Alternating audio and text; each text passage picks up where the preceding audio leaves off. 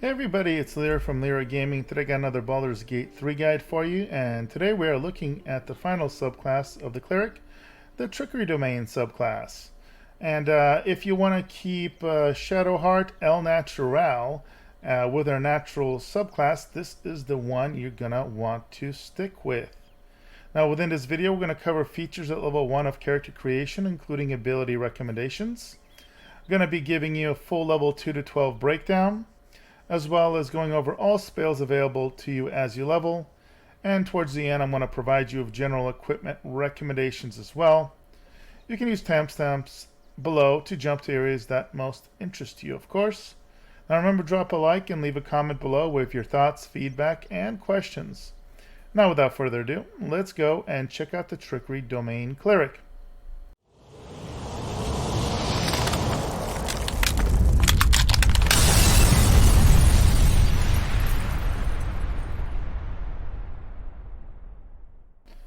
Right now, for starters, it's important to note that clerics have a primary ability of wisdom. Their saving throws proficiency are in wisdom and charisma, and their hit dice are of 1d8. They are proficient with all simple weapons, and light armor, medium armor, as well as shields. Now, you're gonna also gain access to Morning Stars, and then if you are playing as Shadowheart, you also get access to spears, pikes, halberds, and glaives. In addition to this, you're gonna gain the domain spells of Charm Person and Disguise Self, I'll show that in a second, and the Blessing of the Trickster features. Now at its core, clerics are going to get access to 3 cantrips you get to pick right off the bat. Guidance is the big daddy of them all, giving you 1d4 bonus to just about every ability check they're gonna run into. And here are the other options you can choose from. Feel free to pause the video if you want to read the descriptions.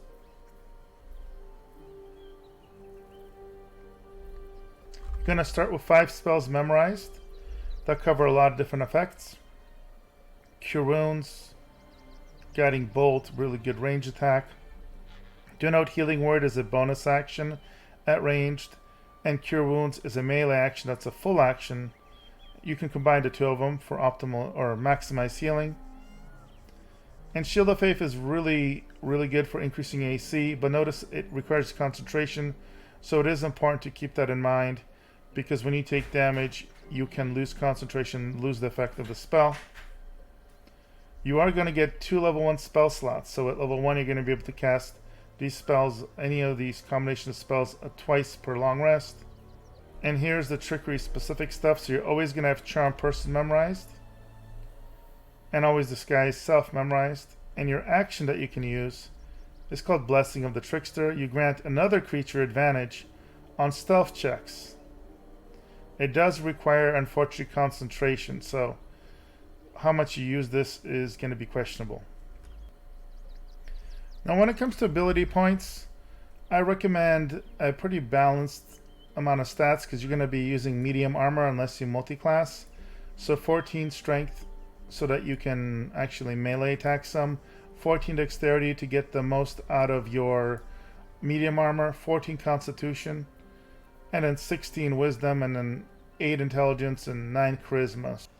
Now at level 2, you're going to gain 1 level 1 spell slot and access to channel divinity charges.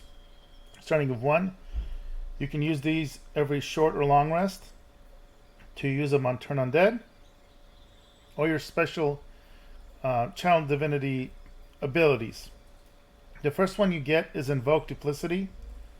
So distract your enemies with an illusion. Within 3 meters of the illusion, attack rolls have advantage for you and your allies, and both the attacker and the creature must be within 3 meters of the illusion. So it's a little situational, but it's interesting. And then you're also going to get to prepare 5 spells. And this is how this is going to work as you level up. You're going to get more and more of these that you can prepare, but it's across all levels. So right now you pick 5 across all the level 1s, and soon you'll be picking 6 across level 1 and 2s, and so forth. Alright, at level 3 you're going to get 1 more level 1 spell slot, and then you're going to get 2 level 2 spell slots. The 2 domain spells you're going to get that will always be prepared is Mirror Image, which is actually really good for defense, and Pass Without Trace. And then as far as your level 2 spells, in addition to that, I can choose to memorize. Again, I'll mouse over them. And feel free to pause to read them. Enhance ability is always good. Hold person is very powerful. Prayer of Healing is a great AoE heal, but do note it's only out of combat. And Protection from Poison, note it's not concentration requirement. You get advantage on saving throws against being poisoned, and you get resistance to poison damage. So very good if you're in the numerous areas where there's a lot of poison in the early and mid acts. Spiritual Weapon is like a summon, and it does decent damage. And a Warding Bond can be very powerful. You ward an ally, notice it's not a concentration requirement. They get resilient to all damage, and +1 to AC and saving throws, but it's not all good news, unfortunately, because the half damage they wouldn't take, you take instead. So it's situational. It can be very good if used correctly, but be careful. And now you can prepare 6 spells across level 1 and 2. At level 4, you're going to get to pick another cantrip. You're also going to get to prepare 7 spells now. You will get 1 more level 2 spell slot. Most importantly, you're going to get your first feat here. There's a couple ways you can go about this. Ability improvements you cannot go wrong in. If you end up relying a lot on concentration skills, you may definitely want to go ahead and pick up Resilience and pick Constitution, because now you'll get proficiency scores, or proficiency rather, in Constitution save points, and you'll also be bumped up to 15 Constitution. You may want to take a look into guides on how to get the potion to increase one of your stats by 1. Maybe pump up that Constitution to 16 potentially. You do that by dealing with the hag in a particular way. You can also get Warcaster, which is going to give you advantage on saving throws for concentrations on spells. So those are the ones that are universally the most useful here. Alright, at level 5, you're going to get 2 level 3 spell slots. Turn Undead is going to upgrade to Destroy Undead. So when you turn an Undead, you also do 4 to 24 damage to them. Your domain spells are Bestow Curse and Fear.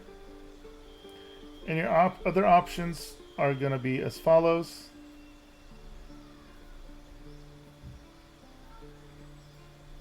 Mass Healing Word is really good. And Spirit Guardians, again, very powerful, especially for the subclasses that don't have a specific theme for doing damage. So here, what's nice about this is a concentration spell. Creates an aura around you that's got a 3-meter radius. Anything that enters that area, or if you move with that aura and something gets into that radius, they're going to take 3 to 24 damage, either radiant or necrotic damage. It's very, very potent. You can upscale to higher levels as well. And at this level, you're going to get to prepare a total of 8 spells. At level 6, you're going to get another level 3 spell slot, another Channel Divinity charge, and you can prepare 9 spells now. At level 7, you're going to get a level 1, level 4 spell slot. Your Trickery Domain spells are Polymorph and Dimensional Door. And here are your other options that you get to choose from. And now you can prepare 10 spells. Alright, level 8, you're going to get another level 4 spell slot. You're going to get Divine Strike Poison. So once per turn, you deal 1 to 8 points of damage in addition to the weapon's damage when you make a melee attack. You can prepare 11 spells and you get your next feat. At level 9, you're going to get another level 4 spell slot, 1 level 5 spell slot. Your domain spells and trickery are going to be Dominate Person, which is very powerful, and Seeming. You're also going to get the following level 5 spells you can choose from. Flame Strike is great. Mass Cure Wound is very helpful. And you can prepare 13 spells now. Level 10, you're going to get to pick another cantrip. You're going to get another level 1 spell slot. Most importantly, you're going to get Divine Intervention, which is a one-off God Assistance ability that I'll go over right now. There's 4 different versions of it that you get to choose from, and they're very powerful. And you get to prepare 14 spells. Alright, so here's Divine Intervention. There's 4 different versions. So the first one is Sunder the Heretical. It's a 15-meter AoE bomb doing 8d10 radiant damage to everything within it. So as you can see here, it's a giant radius. Again, it's a one-off, but it's super powerful. The second option is going to be Opulent Revival, also very powerful. Resurrects fallen companions with half their hit points, and restores all nearby allies as if they had long rested. So in a tough fight, this could be amazing, getting all your spell slots back, if special abilities refreshed, etc. Golden Generosity is not surprisingly much weaker. You're going to get a reach bounty of potions and camp supplies. You shouldn't be low on camp supplies, so I don't know how useful this would be as a one-off.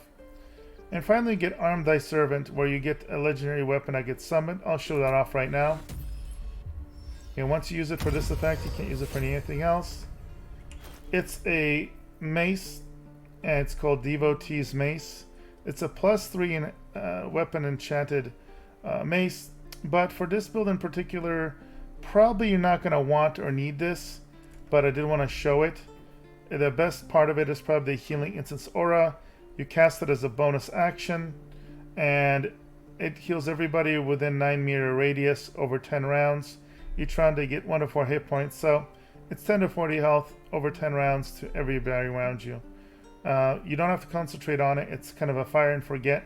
It's good for a lot of classes, subclasses, but this is probably not the weapon for this build. Alright, at level 11, you're going to get 1 level 6 spell slot, and you're going to get access to 6 spells. They're all quite potent. And in this one here, Planar Ally, you're going to get to summon one of 3 different allies. I'm going to show you their abilities and what they look like in a second. And you can prepare 15 spells. Alright, you're going to have 3 different Planar Allies to choose from. The first one's the Cambion. Its special abilities is Fiendish Charm, Draining Kiss, and Raise of Fire. This is what he looks like. He's got the least amount of health across all 3 of the companions, but he has the most diversified amount of resistances. The second ally is the Diva. His abilities are Wrathful Smite, Revivify, and Concussive Smash. Here's what he looks like. He's got 136 health.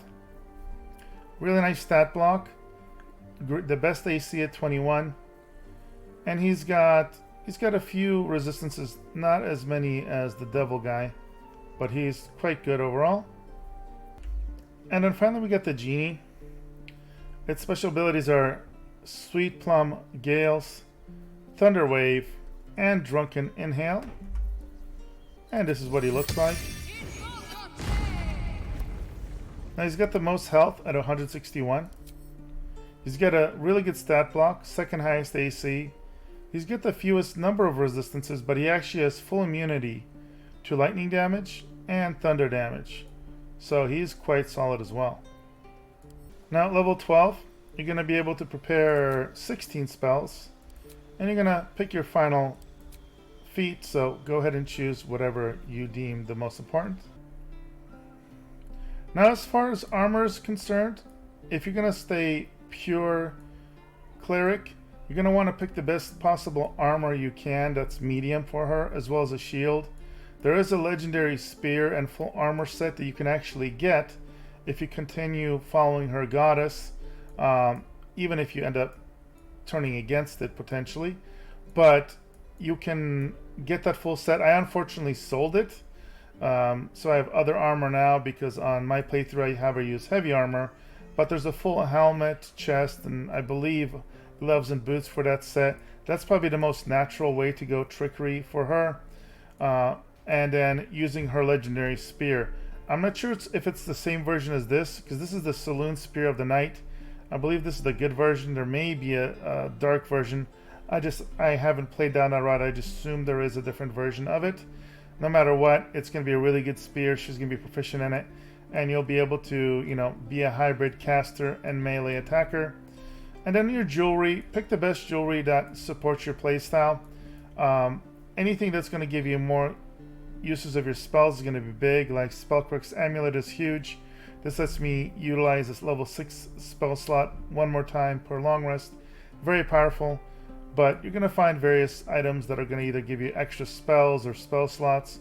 That's what I would lean into this if you're going to stick with the Trickery Domain. Now when it comes to multiclassing with the Trickery Domain Cleric, it's pretty potent just going single class. I know for me, when I was playing her, I took one level of fighter, I believe, initially to give her heavy armor proficiency, and I think I actually ended up going 4 levels to get the extra feat and the extra abilities on it. That was just kind of like my playstyle, but you can diversify, especially if you want the heavy armor setup. But if you want to go that more stealthy route, you can either get her a legendary armor. There's also armors that will make it so that there is no cap on dexterity for her, and you don't get a disadvantage on stealth checks if you literally want to go a little bit more stealthy with her. That's actually a possibility, and that could be kind of a fun theme, and you can play around with that. So those are just some ideas, and I'm sure there's other builds out there on the internet that can give you more specifics. Alright guys, that brings us to the end of the Trickery Domain Subclass Guide for the Cleric. Hope you guys found it helpful. If you did enjoy it, please drop a like, let me know your comments and thoughts. And as always, thank you for all your support. Subscribe if you want to see more content from me. And as always, I'll see you guys in the next video.